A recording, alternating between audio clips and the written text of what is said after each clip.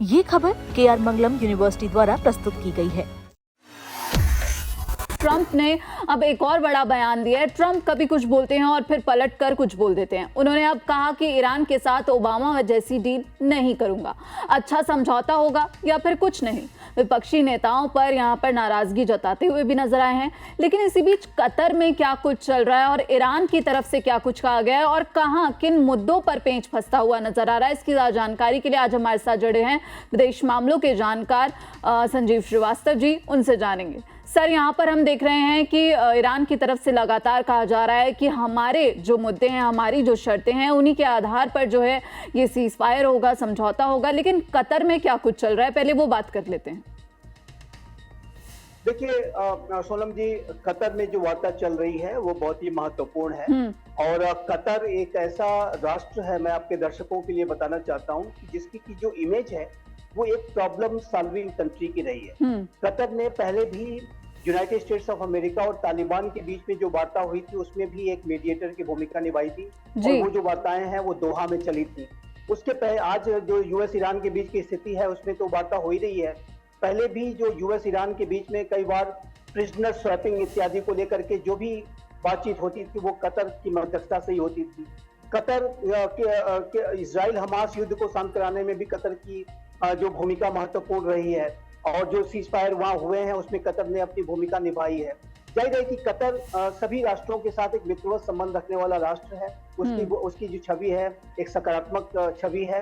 वो पाकिस्तान से far better और अच्छी छवि रखने वाला राष्ट्र है।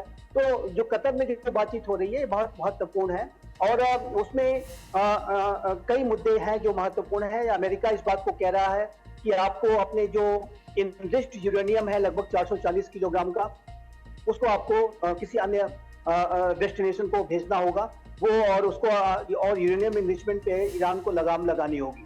क्योंकि अमेरिका बहुत स्पष्ट है कि ईरान न्यूक्लियर वेपन्स को एक्वायर नहीं कर सकता क्योंकि ईरानियन इंटेंशंस इसराइल को लेकर के काफी खतरनाक हैं और ईरान का न्यूक्लियर वेपन इसराइल के लिए अस्तित्व का संकट पैदा कर सकता है। तो इसलिए अमेरिका इस बात को लेकर के बहुत ही स्पष्ट है, संकल्पबद्ध है कि वो किसी भी कीमत पर ईरान को यूरेनियम इनरिचमेंट करने की इजाजत नहीं दे सकता और जो भी यूरेनियम उसने इनरिच किए हैं उसको कहीं और ट्रांसफर कर दे। तो उसमें अभी ईरान सहमत नहीं है। अब देखना है कि क्या होता है।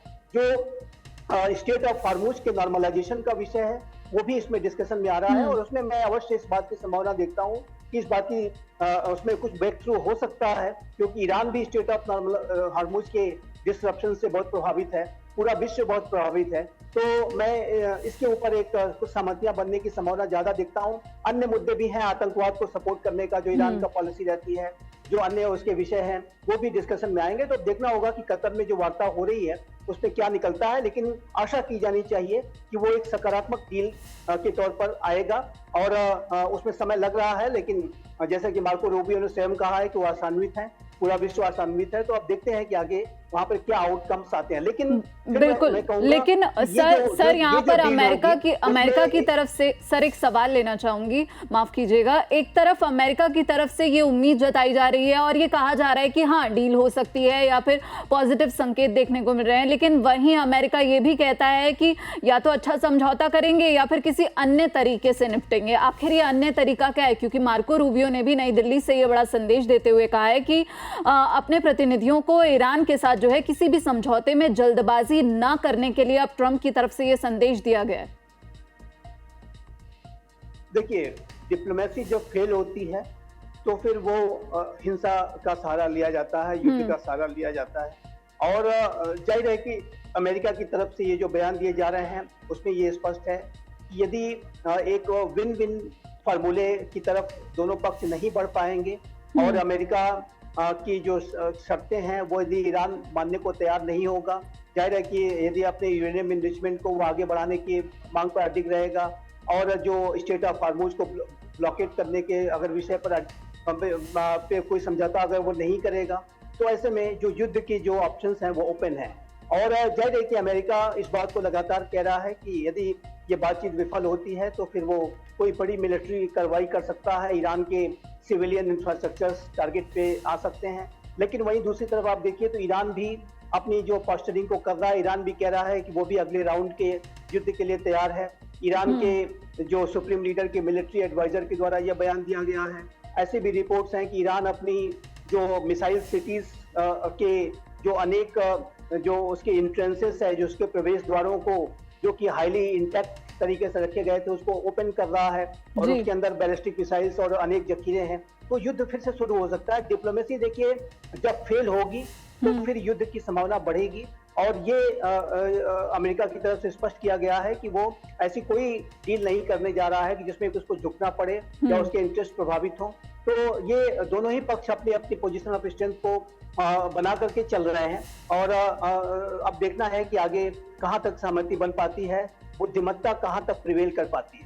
बिल्कुल सर, यहाँ पर इस्माइल बगई ईरान की तरफ से उन्होंने ये बयान दिया है कि जो हॉर्मुज पर जो है वो स्पष्टीकरण नहीं है, क्योंकि जो फ्रेमवर्क पर बात हो रही है, जो 14 बिंदु हैं उन पर जो बातचीत हो रही है उसमें कोई क्लैरिटी नहीं है और यहाँ पर अगर बातचीत हो रही है तो इसका मतलब ये नहीं है कि हाँ समझौता होने के बेहद करीब है। तो यहाँ पर उन्होंने कहा है कि हाँ जो लगातार हम स्थिति देख रहे हैं ऐसा नहीं है कि अभी जो है समझौता जल्द ही हो सकता है, लेकिन उन्होंने ये भी कहा कि हॉर्मुज पर जो है कोई स्पष्टीकरण नहीं है। तो कौन कौन से जो पेज हैं यहाँ पर फंसते हुए दिख रहे हैं? एक तो परमाणु मुद्दा है जिसे लेकर कहा जा रहा है कि अभी तो वो इस फ्रेमवर्क में है ही नहीं।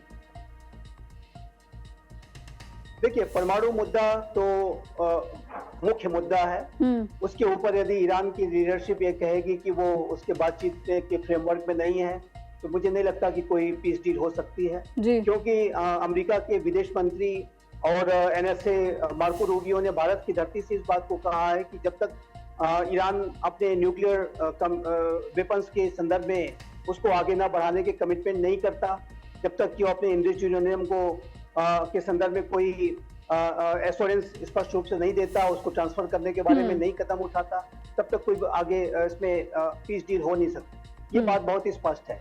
अब यदि ईरान यदि कहेगा कि हम इस पर कोई सहमति नहीं कर सकते तो ऐसे में तो स्टेलमेट बना रहेगा और कोई बातचीत आगे नहीं बढ़ेगी, क्योंकि ईरानियन न्यूक्लियर वेपन्स अमेरिका और इजराइल को अनएक्सेप्टेबल हैं, वो उसको किसी भी कीमत पर स्वीकार नहीं करेंगे। फिर सर समझौता कैसे होगा? क्योंकि अमेरिका तो कह रहा है कि राष्ट्रपति ट्रंप की तरफ से कहा गया है कि हाँ जो यूरेनियम एनरिचमेंट है हम वो ईरान को नहीं जो कर देंगे, न्यूक्लियर पर कोई भी जो है हमें मंजूर नहीं है। वहीं ईरान ये भी बोल रहा है कि हम भी जो है इस पर जो है झुकने वाले नहीं है। तो दोनों तरफ से हम देख रहे हैं कि जो टकराव है वो परमाणु मुद्दे को लेकर फिलहाल बना हुआ है, लेकिन अगर परमाणु मुद्दे पर बातचीत नहीं होती है, उस पर सहमति नहीं बनती है, तो फिर ये समझौता होगा कैसे?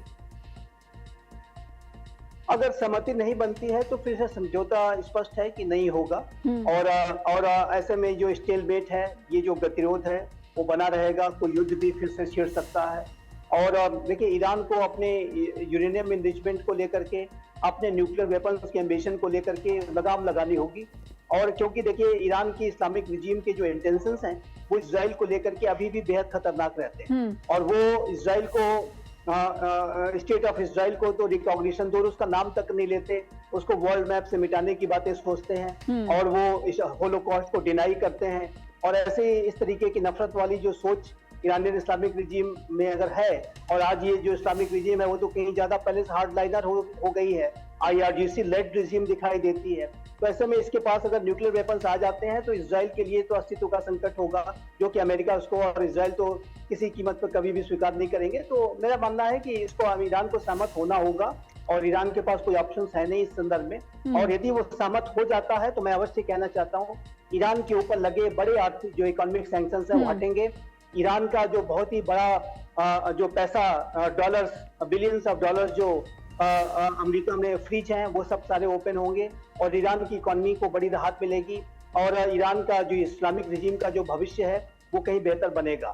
लेकिन अब ये बुद्धिमत्ता इस तरह की ईरान इस्लामिक रिजीम में आएगी, ये अभी इसके बारे में नहीं कहा जा सकता। अभी तो ये काफी एडमेंट रूप अख्तियार कर रहे हैं और लेकिन आशा की जाने, जहां तक स्टेट ऑफ हॉर्मुज का प्रश्न है तो मैं वहां पर अवश्य मैं फिर से कहूंगा कि मैं ज्यादा कंस्ट्रक्टिव आउटकम्स की संभावना देखता हूं, क्योंकि ईरान स्वयं इससे बहुत गहरे तरीके से प्रभावित है और वो जैसे जैसे टाइम बढ़ता जा रहा है ईरान के जो ऑयल है कि जो कुएं हैं उसके ऊपर खतरे बढ़ते जा रहे हैं कि जब उसका वो कहीं बाहर, वहाँ का जो ऑयल जो प्रोड्यूस्ड ऑयल है कहीं बाहर नहीं जा पाएगा तो अल्टीमेटली ईरान को अपने ऑयल का प्रोडक्शन बंद करना पड़ सकता है, कुएं बंद करने पड़ सकते हैं। और तेल के कुएं एक बार ठप हुए तो उसको ओपन करने में फिर लंबा समय लगता है। तो ईरान की इकोनॉमी जो पहले से ही बहुत हाईली सैंक्शनड इकोनॉमी है, वो कोलैप्स कर सकती है। तो ऐसे में ये स्टेट ऑफ हॉर्मुज को लेकर के मैं सहमतियां बनने की संभावना ज्यादा देखता हूं, लेकिन यूरेनियम एनरिचमेंट और न्यूक्लियर के ऊपर ईरान को सहमति बनानी ही होगी। यदि वो नहीं बनाएगा तो दुर्भाग्य से कहना पड़ता है कि फिर ये पीस डील नहीं हो पाएगी। बिल्कुल।